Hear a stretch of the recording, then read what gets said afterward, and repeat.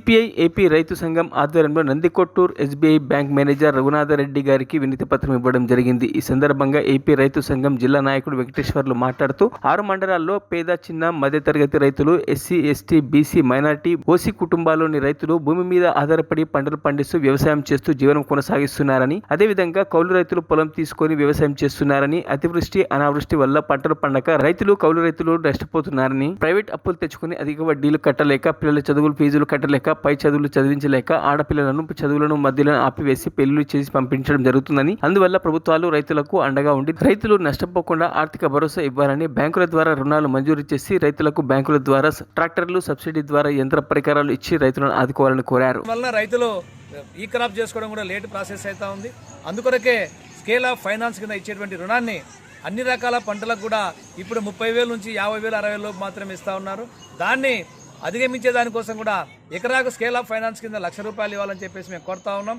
అదేవిధంగా ఈరోజు 2 లక్షల వరకు ఆ రకంగా జీరో వడ్డీ కింద ఇస్తూ ఉన్నారు.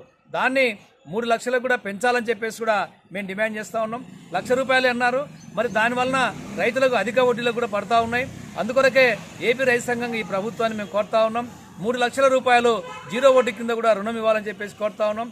అదేవిధంగా రైతులతో పాటు కౌలు రైతులకు కూడా ఈ పథకాన్ని వర్తింపజేయాలని కోరుతా ఉన్నాం. మరి కరువు మండలాల్లో ఏదైతే కరువు ప్రకటించేటువంటి మండలాల్లో రుణాలు రీషెడ్యూల్ చేయాలని చెప్తా ఉన్నారు.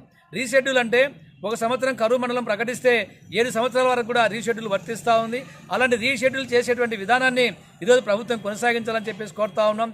వీటికి తోడు కౌలు రైతులకు కూడా ఈ రకమైనటువంటి దాన్ని వర్తింపజేయాలని కోరుతా ఉన్నాం. ఇదే విధంగా ఏదైతే రైతులు ఈరోజు సబ్సిడీ కింద ట్రాక్టర్లు ఇచ్చేవాళ్ళు గతంలో, మరి అలాంటి సబ్సిడీ కింద ట్రాక్టర్లు ఇవ్వాలని, గతంలో బావులకు కానీ బోర్లకు కానీ కూడా సబ్సిడీ కింద ఇచ్చేటువంటి వాళ్ళు ఆ స్కీములను కూడా ఈరోజు రైతాంగానికి అందించే విధంగా కూడా చర్య తీసుకోవాలని మేము కోరుతా ఉన్నాం. రైతులు ఈరోజు ప్రైవేటు అప్పులతో మరి అప్పుల భారం ఎక్కువై కుటుంబాన్ని పోషించలేని పరిస్థితి కనపడతా ఉంది.